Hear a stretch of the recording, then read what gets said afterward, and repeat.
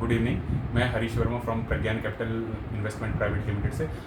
आज हम कुछ ऐसी बातें करेंगे जो कि हमेशा रिटेल इन्वेस्टर्स गलतियां करते हैं। उन गलतियों से आपको कैसे बचना है उसके बारे में मैं आपको कुछ चार चीज़ें बताऊंगा। देखिए, सबसे बड़ी पहली बात ये है कि जो इंडियन मार्केट है और इंडियन पॉपुलेशन है उसमें अप्रॉक्सीमेटली 2 या 3% लोग जो है वो स्टॉक मार्केट में अप्लाई करते हैं। और जो भी स्टॉक मार्केट में अप्लाई करते हैं उनमें क्या होता है कि मैक्सिमम रिटेल इन्वेस्टर जो है बहुत ज़्यादा लॉस खाते हैं। ठीक है, तो आपको इन चीज़ों से कैसे बचना है और उसके लिए हमारे को क्या करना चाहिए, क्या नहीं करना चाहिए, उसके बारे में हम बात करेंगे। देखिए, सबसे पहले जब भी कोई आप स्टॉक्स पिक करें उसकी आपके पास फंडामेंटल एनालिसिस होगी या टेक्निकल एनालिसिस होगी, ये कंपनी क्या बोल रही है, कंपनी की मैनेजमेंट्स क्या बोल रही है, तो हर एक चीज़ को आपको ट्रैक करना है। और ये आजकल आप देखिए कि ट्रैक करना जो जो लोग सुबह जाके शाम को अपनी जॉब से आते हैं तो उनके लिए ये चीज़ें बहुत ज़्यादा मुश्किल हो जाती हैं करने के लिए।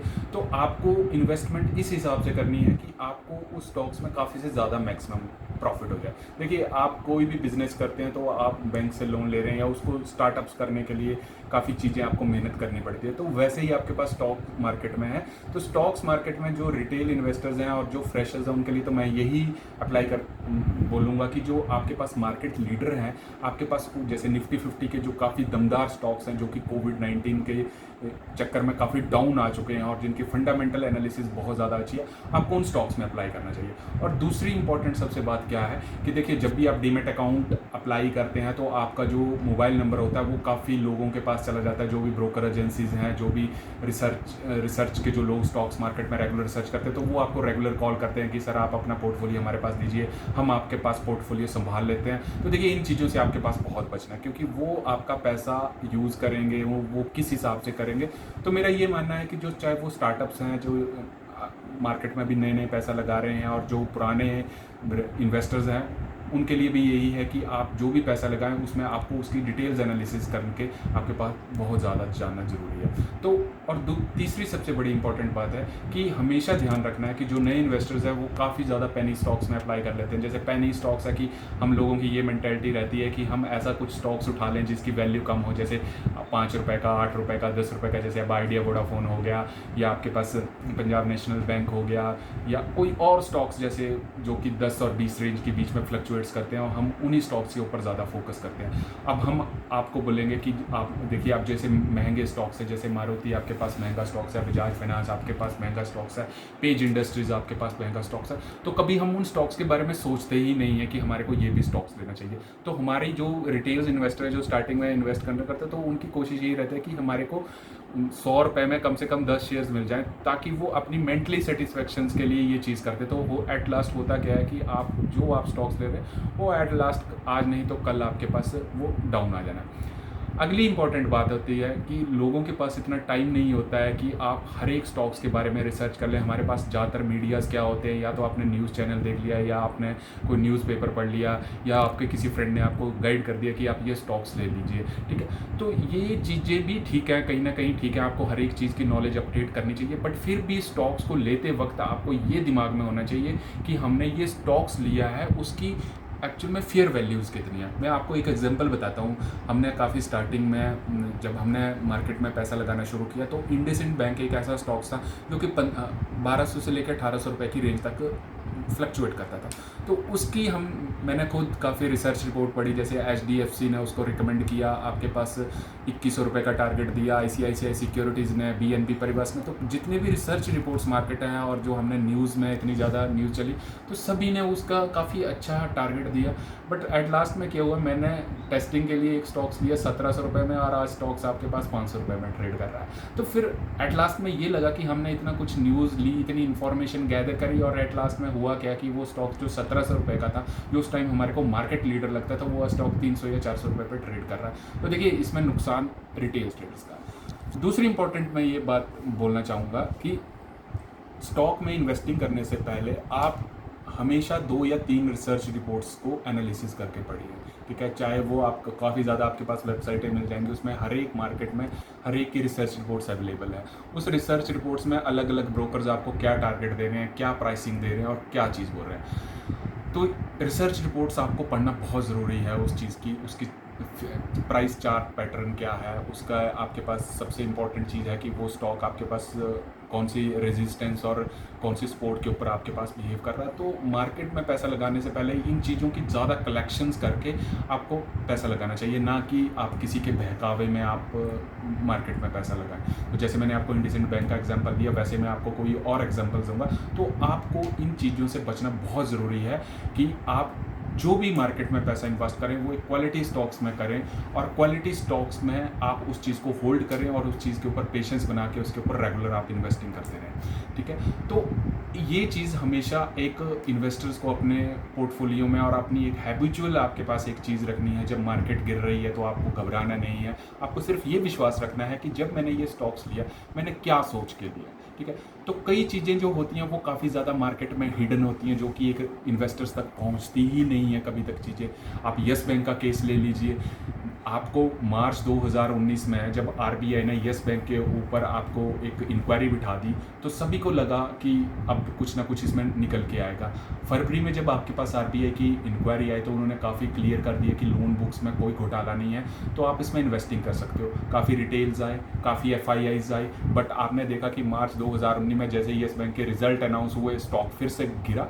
तो आप ये सोचना छोड़ दीजिए कि जो बड़ी बड़ी एफआईज हैं जो इतना पैसा ले बाहर से पैसा लेके इंडिया में इन्वेस्टिंग कर रहे हैं वो ही नहीं बच पाए, तो रिटेल इन्वेस्टर्स के पास क्या नॉलेज है कि वो आपके पास बच जाएंगे। अगर आप ये बता दीजिए कि आपको ये चीज़ पता होती कि राणा कपूर और कल को यस बैंक का इतना बहुत कुछ हो जाएगा, कभी लोग उस चीज़ के ऊपर पैसा इन्वेस्ट नहीं करते। ठीक है, तो आप देखिए उनके कंपनीज के सीईओ आए। आपको हैरानगी की बात मैं ये बता दूं कि जब डीएचएफएल का केस आया तो कपिल वाधवान जी बोलते हैं कि जी हमारी तो मार्केट में ये आपके पास बैक एंड मतलब नेगेटिव पावर्स हैं जो हमारे स्टॉक्स को गिरा रही हैं। तो मैनेजमेंट के जितने highly profiled CEO level MD level के लोग आगे झूठ बोल रहे हैं। आपने यस बैंक के केस में देखा, आपने डीएचएफएल के केस में देखा। तो इतना कुछ बोल के आपके रिटेल इन्वेस्टर का पैसा ठगा जा रहा है, तो वो कहीं ना कहीं मिसलीडिंग इन्फॉर्मेशन जो है रिटेल इन्वेस्टर्स को प्रोवाइड कर दी जाती है। और देखिए टारगेट्स जब भी दिए जाते हैं, आप मान लीजिए आपने 10,000 रुपये पैसा मार्केट में लगाया, तो आपका टारगेट उसमें ऐसा तो नहीं है कि आपके पास 10,500 रुपये टारगेट है, 11,000 रुपये टारगेट है, और ना ही आपके पास इतना टाइम है कि आप एक टाइम के लिए उस मार्केट को इन्वेस्टिंग करते रहें। तो ये काम सिर्फ एफआईआईज का है। जो भी रिसर्च रिपोर्ट है वो एक पढ़ने के लिए ठीक है, बट वो 50 और 100 रुपये का आपको टारगेट देते हैं, वो उस चीज़ पे आपको कभी फंसना नहीं है। आपको सिर्फ ये देखना है कि जो स्टॉक्स आप ले रहे हो उसकी एक्चुअल और उसकी फेयर वैल्यू क्या है, वो आपके साथ ज़्यादा इंपॉर्टेंट का बात करेगी। तो हमारे को सबसे ज़्यादा यही चीज़ देखना है कि जो मार्केट में अगर हम पैसा लगा रहे हैं तो उसका हमारे को कल को आउटपुट क्या मिलेगी और आउटपुट से हमारे को कितना प्रॉफिट हो जाएगा। तो ये चीज़ जानना हमारे लिए बहुत ज़्यादा ज़रूरी है। और दूसरी चीज़ें जो मार्केट में अफवाहें हैं, न्यूज़ है, उनसे ज़्यादा आपको दूर ही रहना है। चलिए अब एक बैंकिंग सेक्टर के बारे में बात करते हैं। बैंकिंग सेक्टर में सभी बोलते हैं एचडीएफसी बैंक बहुत अच्छा है, कोटक बैंक बहुत अच्छा है, क्योंकि आपने देखा कि इनका मार्केट कैप बहुत अच्छा है, काफ़ी ज़्यादा एफआईआईज हैं, काफ़ी ज़्यादा म्यूचुअल फंड्स हैं इनके पास लगे हुए हैं, क्योंकि म्यूचुअल फंड्स का एट लास्ट आपको प्रॉफिट देना ही एक मेन ऑब्जेक्ट होता है। बट आप एक चीज़ देखिए कि ये बैंक के पास इतना मार्केट कैप है कि आपके पास जब सेंसेक्स और निफ्टी डाउन भी जाएंगे तो ये अपनी पोजीशन से ज़्यादा हिलेंगे नहीं। ठीक है, आज मैं अगर एचडीएफसी बैंक ले रहा हूँ या आपके पास कोटक बैंक ले रहा हूँ और वो एक साल तक वही मतलब 200-300 रुपए के ऊपर ट्रेड करता रहा, तो ये स्टॉक्स में मान लीजिए कि ये काफ़ी इनका शेयर कैपिटल भी काफ़ी अच्छा है, आपके पास इनका कभी भी शेयर कैपिटल चेंज नहीं हुआ और काफ़ी ज़्यादा इनके पास मार्केट कैप है। बट एक ऐसा बैंक मैं आपको आज बताऊंगा जिसका नाम है सिटी यूनियन बैंक। तो सिटी यूनियन बैंक एक ऐसा बैंक है जिसके ऊपर ये 1910 में इसकी ब्रांच खुली और 1910 के बाद इस स्टॉक्स ने काफ़ी ज़्यादा हाईली पीक्स बनाए, काफ़ी ज़्यादा ये स्टॉक चढ़ा, काफ़ी आप ये देखिए कि एफआईआईज और डीआईएज जो इंडियन मार्केट है उसके म्यूचुअल फंड और एफआईआईज की कम से कम आपके पास 48 और 50% होल्डिंग है। तो ये स्टॉक्स आज 120 और 25 रुपये के बीच में ट्रेड कर रहा है। तो अगर आप इसको अपने पोर्टफोलियो में रख सकते हैं तो आप इसको ज़रूर रखिए, क्योंकि ये स्टॉक आज नहीं तो कल आपके पास 230 और 32 रुपये का टारगेट है। तो आज ये कोरोना के इसमें बैलेंस शीट्स में थोड़ा सा गड़बड़ मतलब ये चला है कि जो मोरेटोरियम पीरियड की वजह से काफ़ी लोगों ने मोरेटोरियम पीरियड ऑप्ट किए हैं, तो ये स्टॉक्स कुछ डाउन आ गए। बट नो डाउट जैसे ही आरबीआई की चीज़ें अपलिफ्ट होंगी, पैसा आपके पास रिकवरी में शुरू हो जाएगा और ये स्टॉक्स आज 120 और 25 रुपये में लेंगे तो 130 और 31 रुपये का तो ये आपके पास ज़रूर पहुंच जाएगा। ठीक है, तो आपको मैंने क्या बताया, आपको सिर्फ यही बताया कि आपको उन स्टॉकों से जरूर दूर रहना है जो कि न्यूज़ में बहुत ज़्यादा एक्टिव रहते हैं। मैंने अपने एक्सपीरियंस में सिर्फ एक चीज़ बात रखी कि मैं यस बैंक और डीएचएफएल को बहुत ज़्यादा फॉलो करता था, क्योंकि इनकी जो मैनेजमेंट एक दिन बाद 2 दिन बाद इनकी रिसर्च रिपोर्ट्स बहुत ही ज़्यादा फॉलो करती है। एक एक इंटरव्यू उनके मैं देखता था, बट मेरे को इंटरव्यू में देख के ये लगा कि नहीं, ये स्टॉक्स आज नहीं तो कल को बहुत अच्छा परफॉर्म करेंगे। बट हुआ क्या, लास्ट में क्या मिला, DHFL, Kapil Wadhawan arrested by CBI ED के ऊपर उनकी अपनी अलग से रेड चली थी। यस बैंक के केस में क्या हुआ, यस बैंक में भी आपने देखा कि रवनीत सिंह गिलाय मिसलीडिंग स्टेटमेंट्स दी, ठीक है, आपके पास कहते रहे कि हम यहाँ से फंड लाएंगे, यहाँ से फंड लाएंगे, एट लास्ट फंड कहीं से नहीं आया, स्टॉक्स को गवर्नमेंट ने ऑक्यूपाई करने पड़ा, न्यूज़ में काफ़ी ज़्यादा पड़ा। तो कभी कभी हम कोई न्यूज़ पढ़ के उस चीज़ के ऊपर बहुत ज़्यादा एग्रेसिव हो जाते हैं कि स्टॉक्स को हम ले लें। तो हमारे को स्टॉक्स के जो मेन है, आपको बैलेंस शीट्स, मैंने पहले वीडियो में बताया कि बैलेंस शीट्स मैक्सिमम मैनिपुलेट भी की जाती हैं, कि लोगों को प्रॉफिट शो करके इन्वेस्टर्स को ज़्यादा अट्रैक्ट किया जाता है, एफआईआईज को ज़्यादा अट्रैक्ट किया जाता है। बट आपको इन चीज़ों से दूर रहना है और आपको सिर्फ अपनी सोच और समझ के साथ मार्केट में वो स्टॉक्स उठाने हैं जिनको आपको ये लगता है कि फंडामेंटली बहुत स्ट्रॉन्ग है, ठीक है।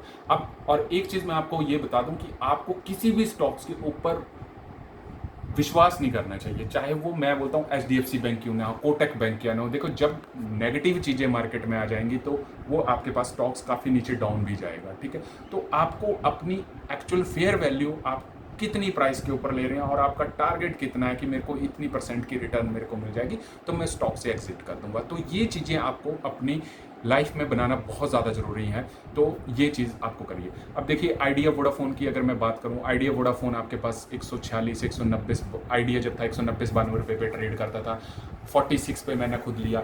हमारे को ये लगा कि वोडाफोन के साथ अब कोलैबोरेशन हो गई, बाहर की एफआईआईज हैं, अब स्टॉक्स बिल्कुल रन करेगा। बट कंपटीशन ही मार्केट में इतना ज़्यादा था कि जियो ने सबको धराशायी करके आइडिया वोडाफोन अब 7-8 रुपये के ऊपर ट्रेड कर रहा है। बट इनका एनपीए बहुत ज़्यादा टेलीकॉम इंडस्ट्रीज में बहुत ज़्यादा फंसा है। तो मेरा बोलने का मतलब ये है कि आपको कोई भी स्टॉक्स ले, चाहे वो आप एफएमसीजी का स्टॉक्स लो, चाहे आप एनबीएफसी का स्टॉक्स लो, चाहे वो बैंकिंग सेक्टर का स्टॉक्स लो, आपको स्टॉक्स में इन्वेस्टिंग करने के से पहले आपको 2 बार सोचना चाहिए।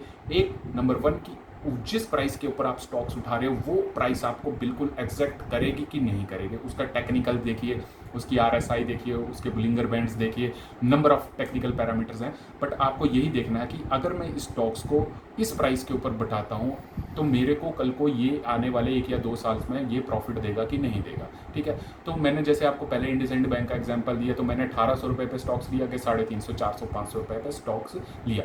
और दूसरा एक इंपॉर्टेंट चीज़ है कि स्टॉक से आपको एग्जिट करना बहुत इंपॉर्टेंट है, क्योंकि हम कार्य को जब प्रॉफिट बुक हो रहा होता है तो हम सोचते हैं थोड़ा सा और वेट कर लो। तो ये चीज़ें नहीं होनी चाहिए। आपको अपना मतलब है, आपने इतना एक्सपेक्ट करा था और आपने वो प्रॉफिट बुक किया और आप एग्जिट कर लीजिए।